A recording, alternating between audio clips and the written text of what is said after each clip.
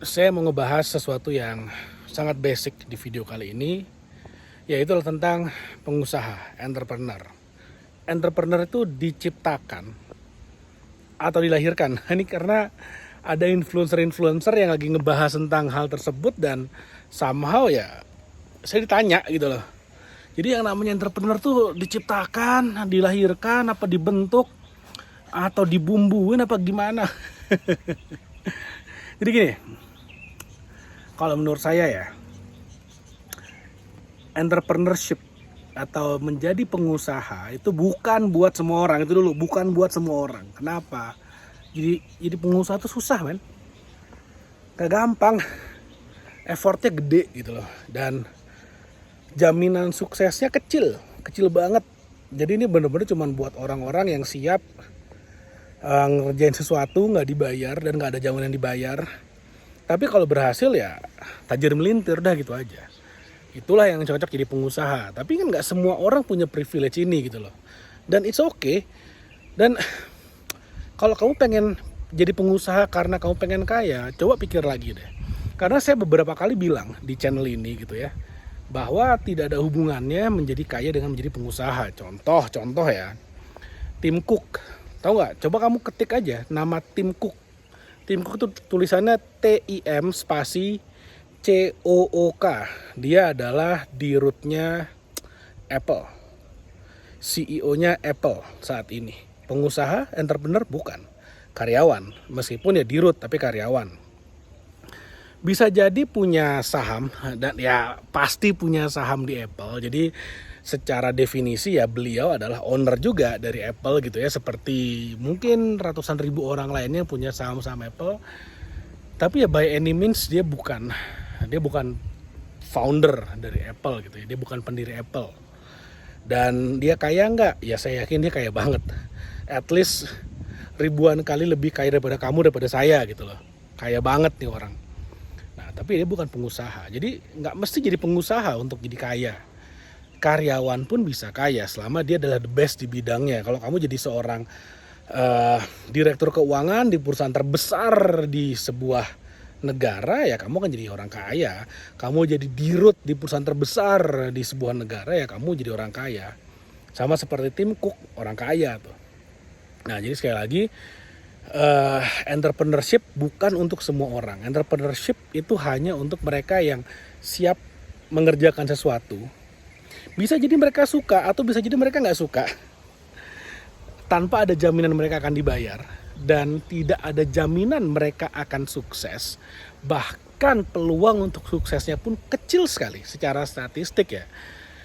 Hanya 1 dari 100 bisnis yang akan bisa bertahan di 5 tahun pertama. Dan hanya 1 dari 100 yang bisa bertahan di 5 tahun pertama yang akan survive di tahun ke-10. Jadi artinya hanya 1 dari 10.000 bisnis yang bisa bertahan selama 10 tahun. Udah gitu aja.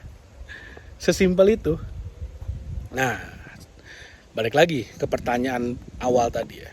Lalu apakah pengusaha itu diciptakan atau dilahirkan? Jawaban saya adalah pengusaha itu bisa berasal dari 3 sumber. Oke, yang pertama by nasib. Contoh saya ini by nasib. Maksudnya gimana by nasib? Saya tamat S2, saya tamatan Amerika. Jadi saya gak akan pernah mau tuh yang namanya ngejual, wah dulu saya berasal dari keluarga miskin. Enggak. Saya bukan dari keluarga miskin. Meskipun ya gak kaya-kaya amat juga ya, kelas menengah lah. Saya tamatan Amerika, saya pulang ke Indonesia dengan harapan mau kerja awalnya. Tapi apa mau dikata, takdir berkata lain, saya udah berusaha mencari pekerjaan, tidak ada yang mau menerima.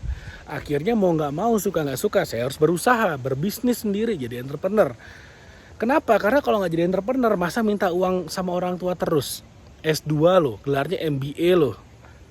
Masa minta sama orang tua, buset thanksin banget. Gengsi lah, malu lah. Udah akhirnya bisnis. Itu namanya by nasib. Ada juga orang yang jadi pengusaha, kenapa? Karena orang tuanya pengusaha, konglomerat, punya pabrik, punya bisnis, ya dia mewarisi bisnis orang tuanya. Itu namanya apa? By nasab, by keturunan. Nah, itu sumber yang kedua tuh. By nasib, by nasab. Yang ketiga, by design. Nah, by design ini adalah yang dibentuk. didesain dia jadi seorang pengusaha. Pertama, mindsetnya dulu dibentuk, dibenerin, otaknya dulu tuh dibenerin tuh. Jangan bilangnya ngomongnya mau jadi pengusaha, padahal baru ada cobaan dikit, baru ditolak sekali 2 kali langsung nyerah. Jangan bilangnya mau jadi pengusaha, baru ditolak sekali udah langsung ganti bisnis. Baru nemu cobaan dikit ganti bisnis, nemu tantangan dikit ganti bisnis. Aduh, itu namanya bukan jadi pengusaha. Itu namanya berusaha mencari pelarian. Ya jangan kayak gitulah. Kalau mau jadi pengusaha ya harus komit, harus benar-benar komit, all in all out gitu. Meskipun apapun usaha yang kita lakukan, sebesar apapun effort yang kita lakukan, tidak ada jaminan usaha kita akan berhasil. Meskipun ada hal-hal yang bisa kita lakukan untuk meningkatkan peluang kita berhasil, ada. Yang mana konglomerat sekalipun gak semua bisnisnya berhasil kok. Bayangin, konglomerat aja gak semua bisnisnya berhasil, apalagi kamu, apalagi saya. Jadi kalau misalnya kita mau meningkatkan peluang bisnis kita berhasil, salah satunya dengan cara fokus ke dalam satu bisnis. Kalau misalnya kita masih ada dalam tahap, wah gue punya 7 bisnis, gue jadi dirut di 8 perusahaan. Nah selamat berjuang deh lu. Mark Zuckerberg aja gak bisa tuh. Dia cuma bisa jadi jadi CEO-nya Meta doang satu. Dia gak bisa tuh punya punya tambang batu bara dia gak bisa tuh. Nah jadi kalau kamu masih pengen menjadi CEO dari 5 perusahaan fintech, ya selamat berjuang deh. Kalau menurut saya itu hanya memperkecil peluangmu sukses. Jadi yang benar adalah satu bisnis udah gedein. Semua bisnis itu bagus, dan percaya sama saya, di dalam perjalanan kamu menjadi seorang entrepreneur yang sukses akan ada salah satunya cobaan terberat. Itu adalah ketika teman-temanmu mulai nawarin kamu bisnis. Ayo coba jalanin ini, jalanin itu. Ini ada produk bagus, ini gue yakin lu bisa, pasti lu akan sukses di bisnis ini. Banyak banget tuh dari MLM, dari bisnis yang nggak MLM, macam-macam tuh yang udah ditawarin ke saya. Dan saya sendiri karena paham akan pentingnya fokus kacamata kuda dalam satu bisnis, ya tolakin. Ya saya bilang sorry nggak akan kepegang, sorry gue nggak bisa, sorry gue nggak mau. Ya kan ada teman-teman, sahabat-sahabat, saudara-saudara yang bilang ayo deh lu pasti bisa kok. Nggak. Cara saya meningkatkan peluang saya berhasil di bisnis saya adalah dengan cara fokus satu bisnis aja. Kacamata kuda, it's okay, kacamata kuda nggak apa-apa. Toh kalau misalnya kamu berhasil, sukses ya kamu yang nikmatin kok. Kalau kamu nggak berhasil pun ya teman-temanmu nggak akan gimana-gimana juga. Nah itu satu. Yang kedua, untuk meningkatkan peluang kita berhasil dalam bisnis, cari mentor. Kenali pola-pola, kenali pattern dari orang-orang yang udah sukses. Apa aja patternnya? Misalnya mereka punya mentor. Saya belum menemukan sampai saat ini satupun pengusaha yang berhasil tanpa punya mentor. Kamu bisa cari deh pengusaha yang nggak punya mentor. Ada nggak yang sukses? Cari. Challenge. Saya challenge kamu, cari satu orang aja pengusaha yang nggak punya mentor dan berhasil. Nggak mungkin ada. Nggak ada, saya yakin 100%. Lalu kemudian apalagi nih caranya biar berhasil meningkatkan peluang berhasilnya bisnis?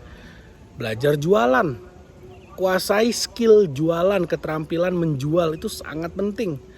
Apalagi kalau kamu seorang founder, apalagi kalau kamu seorang CEO. Ingat loh, tugas CEO tuh jualan loh. Oh tapi kan saya CFO, saya bukan CEO. Oke, semua yang depannya C, yang chief itu, chief technology officer, chief executive officer, chief teknologi, chief accounting officer, chief financial officer, chief everything officer, semua yang depannya C itu. Chief operating officer, depannya C kan. Semua C itu tugas utamanya jualan. Oh tapi kan tugas saya adalah operasional. Enggak. Yang tugasnya menjalankan operasional perusahaan itu adalah timmu, staff di bawah. Dari level admin sampai level supervisor, manager, senior manager, apapun namanya, ya mereka tugasnya yang operate. Kalau udah level direksi, udah yang C itu, yang chief itu, tugasnya jualan. Harus bisa jualan, mau nggak mau, suka nggak suka, apalagi founder. Apalagi co-founder, itu tugasnya utama jualan itu. Memang kalau sebagai Chief Operating Officer harus juga memastikan operasional perusahaan berjalan dengan baik. Yes. Tapi kalau nggak bisa jualan jangan jadi CEO. Apalagi kamu ada di level tataran co-founder. Wah, penting banget jualan. Semua bisnis apalagi yang masih awal-awal itu harus orang-orangnya jago jualan. Kalau nggak bisa survive. Cepat mati. Bahkan sebelum berkembang juga udah mati tuh bisnis. Makanya harus jago jualan. Kasih saya contoh satu bisnis yang co-foundernya nggak jago jualan tapi bisnisnya gede. Nggak ada. Steve Jobs, Steve Wozniak, dulu siapa namanya tuh yang Microsoft, Bill Gates dan Tony Allen, semuanya jago jualan. Terus siapa lagi tuh yang Google, Larry Page, Sergey Brin, dua-duanya jago jualan. Mark Zuckerberg, to some extent dia jago jualan. Dia pitching investor kemana-mana itu kan jualan. Seperti itu. Jadi itu beberapa cara untuk naikin peluang kamu sukses supaya kamu bisa jadi pengusaha by design. Sekali lagi by design. Jadi bukan cuman mengandalkan nasib keberuntungan, bukan cuman mengandalkan bapak ibu saya siapa, tapi juga mendesain diri kita supaya kita bisa menjadi pengusaha yang baik.